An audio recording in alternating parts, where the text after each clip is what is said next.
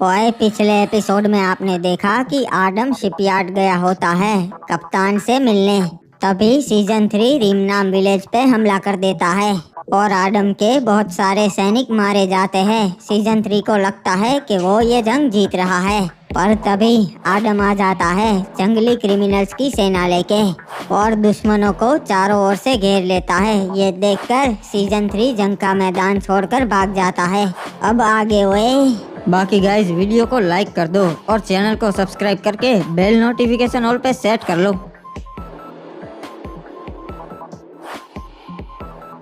बाबू मोसाई, अब जंग का समय आ चुका है और हमने हमारी सेना तैयार कर ली है, पर सिर्फ सेना से कुछ नहीं होता। जंग जीतनी है तो एक रणनीति होनी चाहिए। सही कहा महाराज, पीक के सामने आज तक कोई भी राज्य जंग नहीं जीत पाया।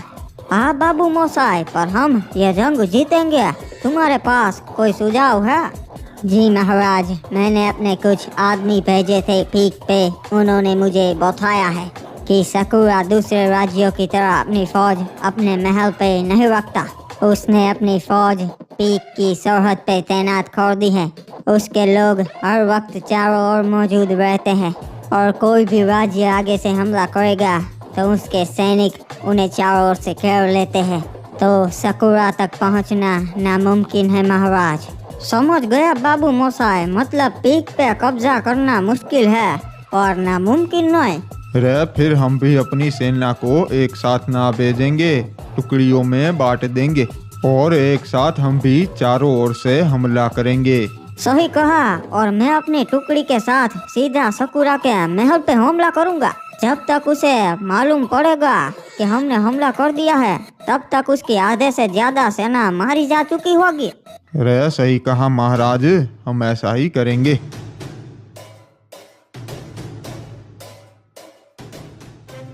अबे ये जंग तो मुझे बहुत भारी पड़ी बे। मेरे कितने सैनिक मारे गए, मेरा खास सलाहकार मर गया और फैक्ट्री की इज्जत चली गई। महाराज चिंता मत कीजिए, सब कुछ हो जाएगा। अबे लगता है तू पागल हो गया है बे। क्या चिंता मत कीजिए, तूने देखा नहीं, उसके पास अपनी सेना तो है और ऊपर से वो जंगली क्रिमिनल्स भी उसके साथ है। देखा नहीं तूने कैसे मेरे सैनिकों को चुन चुन के मार रहे थे वो जंगली? हाँ मुझे पता है महाराज, मैं भी वही था, मुझे सब पता है। पर हमें शांति से काम लेना पड़ेगा अगर रिमनाम विलेज को जीतना है। अरे अब कुछ ना ही हो सकता, मेरा सलाहकार भी मारा गया और उन्हें हरा सके ऐसी मेरे पास सेना भी नहीं है। महाराज आपका सलाहकार मारा गया तो क्या, मैं आपका नया सलाहकार बन सकता हूँ और वैसे भी मेरे पास वो सारा अनुभव है जो आपके काम आ सकता है। ये बात तो तुम्हारी सही है बे। ठीक है, आज से तुम हमारे नए सलाहकार हो। जी महाराज, मैं शपथ लेता हूँ कि मरते दम तक मैं फैक्ट्री का साथ कभी नहीं छोड़ूंगा और आपको हर एक मुसीबत से बचाऊंगा। तो नए सलाहकार बताओ, अब हम क्या करें? हमारी आधे से ज्यादा सेना मारी जा चुकी है। महाराज हम उस आदम की तरह ही काम करेंगे, हम भी दूसरे राज्य और कबीले वालों को हमारे साथ ले लेंगे ताकि वो जंग में हमारे काम आ सके और हमारी सेना और भी मजबूत हो जाए।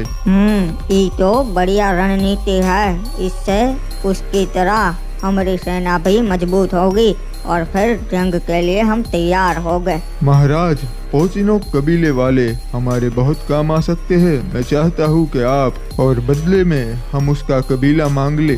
ठीक है, सैनिक जाओ और उस ओरियन को बोलो कि महाराज ने तुम्हें दावत के लिए बुलाया है। जी महाराज, अभी जाता हूँ।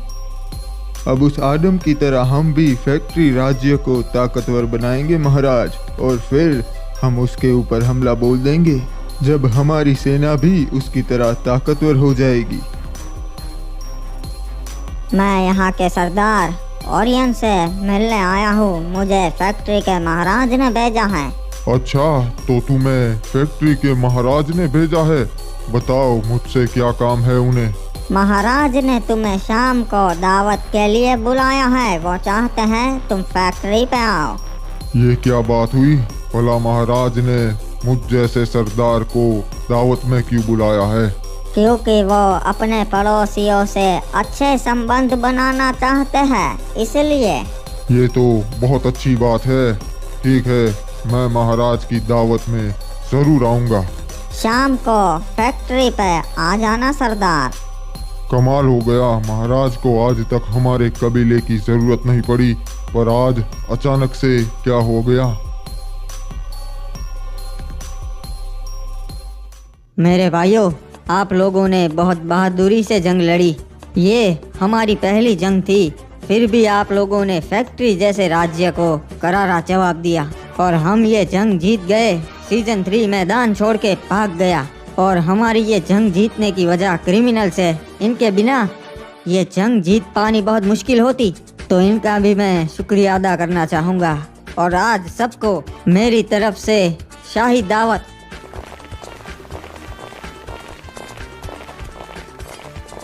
अरे ये क्या, ये तो ऑब्जर्वेटरी की महारानी आ रही है। इससे बचकर रहना महाराज, लोग कहते हैं ये काला जादू करती है। रिमनाम विलेज के महाराज आडम, मैं आपको बधाई देती हूँ अपनी पहली जंग जीतने के लिए। आपका स्वागत है ऑब्जर्वेटरी की महारानी, पर आप सिर्फ मुझे बधाई देने के लिए तो यहाँ नहीं आई होगी। महाराज, मैं भी आपकी तरह दूसरे राज्यों के साथ अच्छे संबंध बनाना चाहती हूँ, इसीलिए पहले यहाँ आई हूँ। जी बिल्कुल, मैं भी यही चाहता हूँ कि अधिक से अधिक राज्य हमारे मित्र बने और मुसीबत के समय पे एक दूसरे के काम आए। हाँ महाराज, इसीलिए मैं आपके सामने ये प्रस्ताव रखने आई हूँ कि क्या हो अगर हम एक हो जाए। क्या मतलब है आपका? मैं कुछ समझा नहीं। मैं चाहती हूँ कि आप मुझसे शादी कर ले, फिर हम दोनों के राज्य एक हो जाएंगे और हमारी सेना भी मजबूत हो जाएगी। माफ़ कीजिएगा महारानी, मैं आपका सम्मान करता हूँ, पर ये नहीं हो सकता। क्यों महाराज, क्या कमी है हम में जो आप हमसे शादी नहीं कर सकते? कोई कमी नहीं है, पर फिलहाल मेरा शादी करने का कोई विचार नहीं है। महाराज, आपने मेरा प्रस्ताव ठुकरा के बहुत बड़ी गलती कर दी। आपको इस बात का पछतावा बहुत जल्द होगा। महाराज, आपने बिल्कुल सही किया इसका प्रस्ताव ठुकरा के, वरना ये आपको वश में कर लेती और पूरे रिमनाम विलेज पे राज करती। हाँ सही कहा, ये ऑब्जर्वेटरी की महारानी भी इसी तरह बनी है।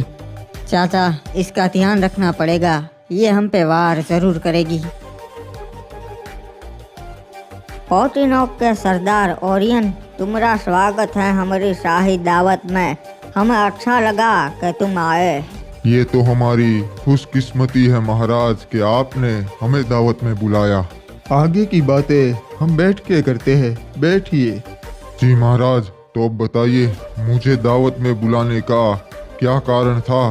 तुम्हें तो मालूम ही है ओरियन, आजकल बरमूडा के हालात ठीक ना ही है, इसलिए हमने सोचा है कि हम कुछ कबीले और राज्यों के साथ अच्छे संबंध रखें ताकि जंग में हम एक दूसरे के काम आ सके। जी महाराज, ये तो बड़ी ही अच्छी बात है।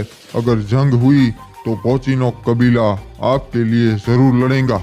हाँ, वो तो तुम लड़ोगे, पर एक और बात भी है। आज के बाद पोटिनोक नहीं फैक्ट्री कहलाएगा। ये क्या बोल रहे हैं महाराज? हम आपके लिए जंग में जरूर लड़ेंगे, पर ये नहीं होगा हमसे। इसमें तुम्हारा भी फायदा है, तुम्हारे कबीले के ऊपर कोई राज्य हमला नहीं करेगा। नहीं महाराज, मैं ये नहीं कर सकता। पोचिनोक कबीला स्वतंत्र रहना चाहता है, हमें फैक्ट्री के अंदर नहीं आना है। तुम समझ नहीं रहे कबीले वाले, अगर किसी राज्य ने तुम पे हमला कर दिया फिर क्या? हमारे कबीले में इतना तो दम है कि हम डट के सामना कर सके। तो तुम्हारा आखिरी फैसला यही है? जी हाँ, मेरा फैसला यही है कि पोचिनोक फैक्ट्री के अंदर नहीं आएगा। तब तो तुम यहाँ से नहीं जा सकते, क्योंकि हमें भी अपना राज्य मजबूत करना है।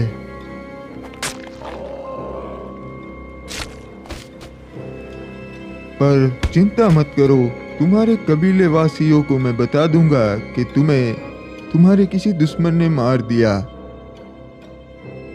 क्या बात है सलाहकार, तुम तो वाकई बहुत ज्यादा तेज हो। जी महाराज, अब इन कबीले वालों को हमारी तरफ ले लेंगे और फैक्ट्री राज्य और भी बड़ा हो जाएगा। पोचिनोक कबीले वालों, बड़े ही अफसोस से आपको बताना पड़ रहा है कि आपके सरदार ओरियन को उसके किसी दुश्मन ने मार दिया। आपके कबीले का सरदार बहुत कमजोर था, तो मेरी सलाह आपको यह है कि आप फैक्ट्री में आ जाए और फैक्ट्री के साथ जुड़ जाइए। अरे हमारा सरदार इतना कमजोर नहीं था, ऐसे कैसे मार दिया? यही बात तो आपको समझनी है। ऐसा दोबारा ना हो, इसलिए आप फैक्ट्री के साथ जुड़ जाइए। कोई भी दुश्मन और राज्य आप पे हमला नहीं कर पाएगा। अरे नहीं, पोचिनोक कबीला किसी के साथ नहीं जुड़ेगा, हम स्वतंत्र रहेंगे। और तुम्हारी मर्जी है, अगर तुम स्वतंत्र रहना चाहते हो तो रहो। जितने लोग हमारे साथ जुड़ना चाहते हैं वो यही रहे और बाकी के लोग वहाँ चले जाइए। अरे हम किसी के साथ नहीं जुड़ेंगे। चलो भाइयों, इस तरफ आ जाओ। तुम लोगों ने बहुत ही अच्छा फैसला लिया। महाराज के साथ जुड़कर इनकी वफादारी की कसम खाओ। हम कसम खाते हैं, हम मरते दम तक महाराज के लिए वफादार रहेंगे और फैक्ट्री के लिए ही लड़ेंगे। बड़ा ही अच्छा फैसला लिया तुम लोगों ने। वैसे भी पोचिनोक तो फैक्ट्री के अंदर ही आएगा। एक मिनट, ये क्या बोल रहे हैं महाराज? महाराज सही कह रहे हैं, स्वतंत्र तो तुम्हें रहना है, पर तुम जिंदा ही नहीं रहोगे। इसीलिए पोचिनोक अब फैक्ट्री हो गया है।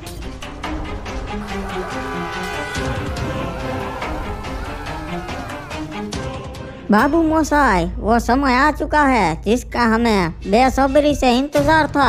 आज हम पीक पे हमला करके अपना हक वापस ले लेंगे और फिर पीक और क्लॉक टावर एक हो जाएगा। तो चलो बाबू मोसाई, हमला!